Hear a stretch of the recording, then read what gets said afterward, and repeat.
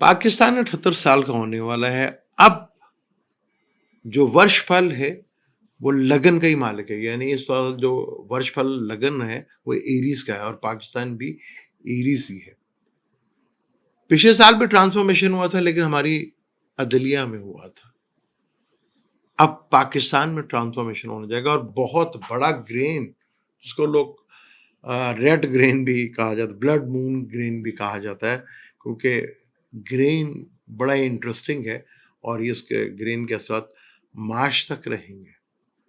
और पाकिस्तान में ट्रांसफ़ॉर्मेशन इस साल आपको देखने को मिलेगी, बड़े लेवल की ट्रांसफ़ॉर्मेशन। इससे पहले पाकिस्तान में 71 में ट्रांसफ़ॉर्मेशन हुई थी, अब ट्रांसफ़ॉर्मेशन दोबारा होने जा रही है।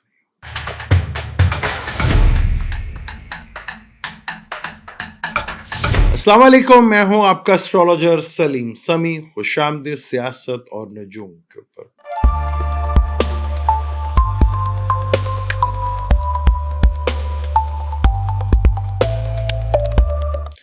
आज हमारा टॉपिक होगा पाकिस्तान 78 साल का होने वाला है। यानी कल जब 14 अगस्त होगी तो पाकिस्तान पूरे 78 ईयर्स का हो चुका होगा। इंसानी ज़िंदगी तो ये बहुत लंबी ज़िंदगी है, हर ख़ास तौर पर पाकिस्तान में तो 78 ईयर्स जो है एक आम आदमी की ज़िंदगी, बहुत बड़ी ज़िंदगी है। लंबी ज़िंदगी उसको कहा जाता है, लेकिन कंट्री के मामलात में 70 टू 80 एज या 100 एज एक बिल्कुल टीनेजर की एज मानी जाती है। यानी कंट्रियों की और कौमों की ज़िंदगियों में ये एज बिल्कुल एक नौजवान लड़के की तरह होती है, जो टीनेजर होता है। तो वो टीनेजर काफ़ी गलतियाँ भी करता है, काफ़ी मिस्टेक भी होती हैं, ये एज ही ऐसी होती है। तो कंट्री के लिए ये कोई एज कोई बहुत बड़ी एज नहीं मानी जाती। तो पाकिस्तान 78 साल का हुआ तो उसका वर्षफल के ऊपर बात करेंगे। पहले थोड़े से पिछले साल का जो वर्षफल था उसके ऊपर बात करते हैं। पिछले साल जो पाकिस्तान 77 ईयर्स का हुआ था तो सेगिटेरियस का सोलर रिटर्न भी इसको कहा था, वर्षफल भी कहा जाता है। यानी लगन जो था वो सेगिटेरियस था। पाकिस्तान बाय बर्थ चार्ट में एरीज है, तो सेगिटेरियस जो है वो नौवां घर बनता है। नौवां घर जजों का घर होता है, यानी कि अदलिया का घर।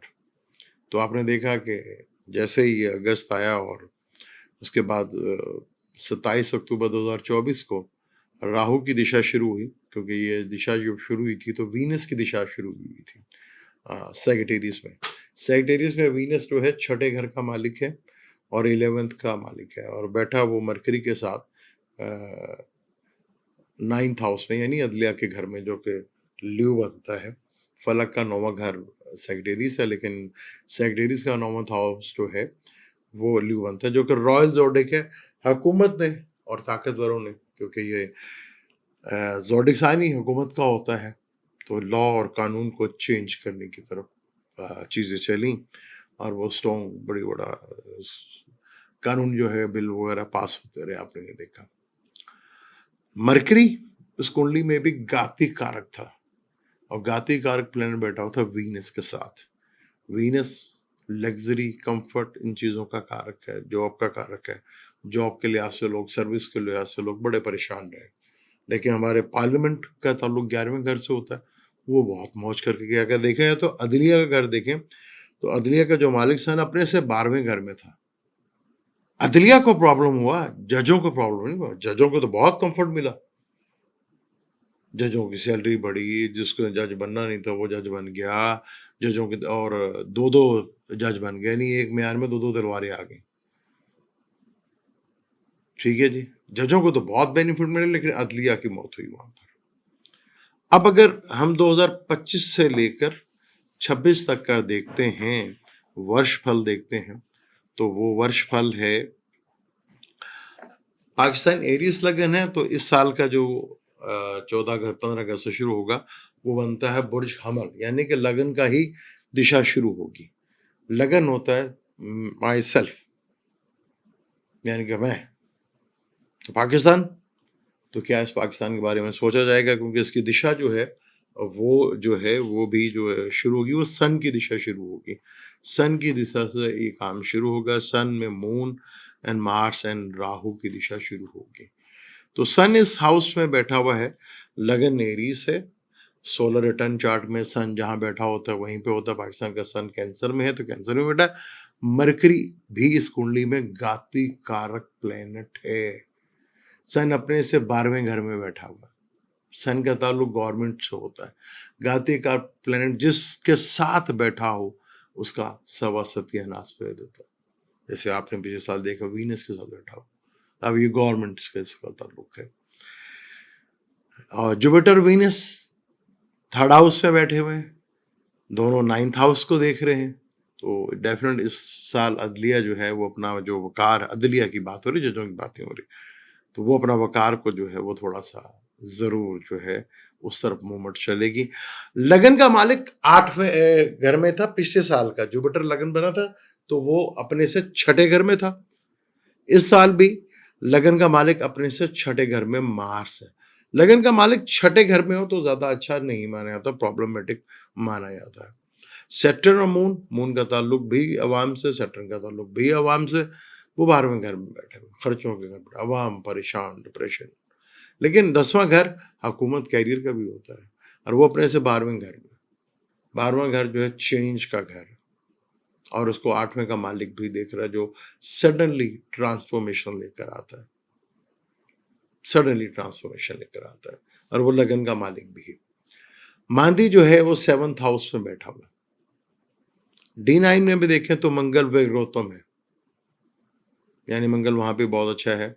सॉरी, D9 में मंगल 8वें घर में है, वीनस और जुपिटर के साथ है। 8वां घर ट्रांसफॉर्मेशन का, यानी कि यहाँ पर पाकिस्तान में कोई ना इस साल जो है वो ट्रांसफॉर्मेशन देखने को जरूर मिलेगी। जो मैं आपको कहता हूँ निज़ाम की तब्दीली आपको देखने को जरूर मिलेगी। सैटर्न विर्गो का है, रेट्रोग्रेड है। सन उसके बिल्कुल ऑपोजिट है, यानी सन के लिए, गवर्नमेंट के लिए परेशानी है।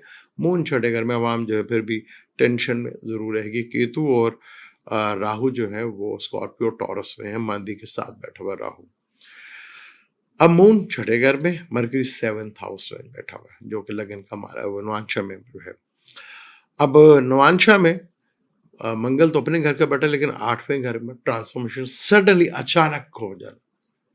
ये जो कुछ होगा सडनली अचानक होगा, जो कुछ होगा। फिर अगर हम देखें भाव चला चार्ट में तो सन जो कि कैंसर में बैठा हुआ है, लेकिन भाव चलो चार्ट में वो बैठा हुआ है अपने घर में केतु के साथ, यानी वहां पे उसने हाउस चेंज के लिए, बाकी किसी प्लेनेट ने हाउस चेंज नहीं किया, ठीक है, बाकी हर प्लेनेट उसी जगह है। सन ने हाउस भाव चलो चार्ट में जरूर किया है। और नवांशा में मैं आपको डिटेल बता चुका हूँ। वीनस की दिशा है, सॉरी सन की दिशा है और सन की दिशा में ये चीज हुई है, ठीक है। उसके बाद मून की दिशा शुरू होगी। सन इस कुंडली में जो है वो केंद्र का मालिक है, लेकिन अपने से 12वें घर में, उसके घर में केतु बैठा हुआ है और घाती कारक के साथ प्लेनेट बैठा हुआ है। जैसे 17 अगस्त को ही आएगा तो हुकूमत के लिए आने वाले वक्तों में, यानी कि जब ये लिब्रा में आएगा तो हुकूमत के लिए काफ़ी मुश्किलात जो है वो खड़ी होती हुई नजर आ रही हैं और काफ़ी कुछ यहाँ तब्दीली, पाकिस्तान के बारे में कुछ सोचा जाएगा, पाकिस्तान के बारे में कुछ सवाल खड़ा होंगे, कुछ ऐसी ताकतें खड़ी होना शुरू हुई जो बहुत अरसे से खामोश और दबी थी, वो खड़ी होंगे। 12वें घर में सैटर्न भी है और मून भी है, दोनों का ताल्लुक आवाम से है। तो एक रूहानी सपोर्ट जरूर आवाम को कहीं ना कहीं से मिलेगी, जिससे एक करिश जरूर आएगी और जिससे आवाम बाहर आएगी। और अदलिया, मैंने अदलिया की बात की है, जजों की बात नहीं की, वो अपने वकार की तरफ जरूर पलटेगी क्योंकि हालात कुछ अनप्रिडिक्टेबल जरूर होंगे।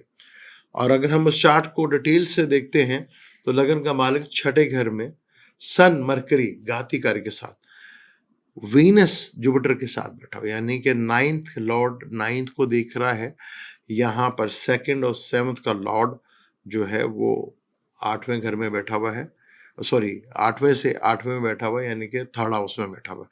और वीनस जो है वो सैटर्न के बिल्कुल ऑपोजिशन चल रही है, मून के साथ भी चल रही है। अब यहाँ पर मरकरी फिर घाती कारक प्लेनेट है, मरकरी फिर कोई डॉक्यूमेंटेशन, क्योंकि तरमीम डॉक्यूमेंटेशन था ना, यहाँ फिर कोई डॉक्यूमेंटेशन होगी, डॉक्यूमेंटेशन के थ्रू। और तीसरा घर क्योंकि सन है तो पांचवा घर, पांचवा घर जो कि इंटेलिजेंस का भी होता है, हुकूमत से, या 8वां घर शुरू होता है। तो हुकूमत में कुछ ना कुछ बड़ा जो है वो देखने को यहाँ पर मिल सकता है यहाँ पर। तो यहाँ पे जो ग्रेन भी लगेगा 7 सितंबर को जो ग्रेन लगेगा वो बड़ा इंटरेस्टिंग ग्रेन है। उस ग्रेन में काफ़ी कुछ जो है वो आपको देखने को मिलेगा। उस ग्रेन में जो है वीनस, केतु और मरकरी ये बैठे होंगे ल्यू में केतु के साथ, और राहु के साथ मून होगा, और मार्स जैसे ग्रेन खत्म होगा तो मून जो है वो सैटर्न की तरफ बढ़ेगा। इसको रेड मून भी कहा जाता है कि वहां मार्स भी इसको देखेगा। तो ये चीजें काफी हद तक प्रॉब्लमेटिक होगी। और जैसे ही मार्स सेजिटेरियस में आएगा तो बहुत कुछ जंगी सूरत हाल भी पैदा होगी और कुछ अंदरूनी जंग भी चलेगी, चाहे वो कुर्सी की जंग हो या अदालत की या ताकत की जंग हो या पार्टियों में अपने जो है वो जंग होती भी नजर आएगी। दुनिया भर के ममालिक में ये चीज नहीं, लेकिन पाकिस्तान चार्ट में ये एरियस लगन है और पाकिस्तान का लगन भी एरियस है। वो भाई थर्ड हाउस में बैठा हुआ है मरकरी में के घर में, और जो सोलर रिटर्न चार्ट है या वर्षफल चार्ट है वो भी उसका मालिक मरकरी के घर में यानी छठे घर में बैठा हुआ। मार्च छठे घर में कंपटीशंस के लिए बहुत अच्छा माने आता है, लिटिगेशंस के लिए बहुत अच्छा माने आता है कि यहाँ से चीज़ें तो आपको बेनिफिट फायदा मिलेगा, लेकिन बाकी चीज़ों में ये लगन का मालिक आपको सपोर्ट नहीं करता। तो पाकिस्तान में ये एक ट्रांसफॉर्मेशंस का साल होगा, क्योंकि D9 में मार्स जो है वो एरीज का है, क्योंकि विर्गो लगन बनता है उधर से, और अगर हम लगन से देखें तो वो लगन में ही बैठा है तो अपने देखेगा अपने आप को।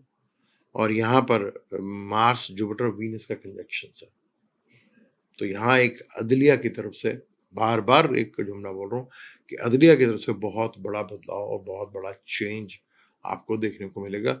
जजों की बात मैंने नहीं की, जजों ने तो कंफर्ट हासिल किया, पार्लियामेंट ने तो कंफर्ट हासिल किया। अब यहाँ पर राहु और केतु भावचला चार्ट में सन लगन के चार्ट में सन जो है हमें नजर आता है 4th हाउस का, लेकिन भावचला चार्ट में हमें वो अपने घर केतु के साथ नजर आता है। तो ये एक प्रॉब्लमेटिक है, यहाँ चीजें जो है डिस्टर्ब होंगी, और इसके मंथ बाय मंथ चार्ट भी बनता है। तो ये साल अगर हम कहें कि ट्रांसफॉर्मेशन का है पाकिस्तान का, तो इसमें यकीनी कोई शक नहीं है कि ये 15 अगस्त से लेकर अगले 2026 15 अगस्त तक पाकिस्तान में एक बड़े लेवल का ट्रांसफॉर्मेशन देखने को मिलेगा। अब हमारे यहाँ हुकूमत के उतर जाने को ट्रांसफॉर्मेशन नहीं कहा जाता, क्योंकि हुकूमतें तो उतरती रहती हैं। ये जेन्युइन ट्रांसफॉर्मेशन मैं कह रहा हूँ कि जेन्युइन होगा ये। अब ताकत जो पहले 78 ईयर्स थे, अब ये बड़े लेवल का ट्रांसफॉर्मेशन यानी कि जेन्युइन ट्रांसफॉर्मेशन होने जा रहा है।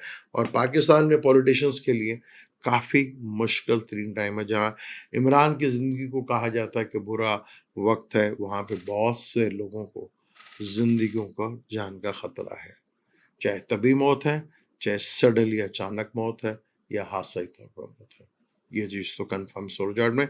इस चार्ट को और डिटेल के साथ पढ़ेंगे और डिटेल के साथ देखेंगे, इस पे एक एक चीज़ के ऊपर गुफ्तगू करेंगे, एक एक प्लैनेट के ऊपर बात करेंगे, दिशाओं के ऊपर बात करेंगे, जहाँ जहाँ मेजर टाइम पे दिशा चेंज होगी उसके ऊपर बात करेंगे। जब मरकरी की दिशा आएगी, क्योंकि मरकरी की दिशा जब आनी है तो वो घाती कारक है, तो सन के बाद मून, मून के बाद जो है मरकरी की दिशा जो है वो हमें 6 सितंबर के महीने में वो देखने में शुरू हो जाएगी।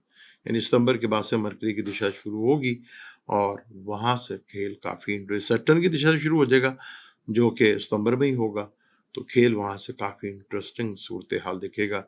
और नवंबर में जब जुपिटर की दिशा शुरू होगी, जुपिटर उस वक्त रेट्रोग्रेड भी होगा, सैटर्न सीधा हो चुका होगा, तो खेल काफ़ी इंटरेस्टिंग है। मुझे दें इजाज़त, इंशाल्लाह मिलते हैं अगली वीडियो में। अल्लाह हाफ़िज़।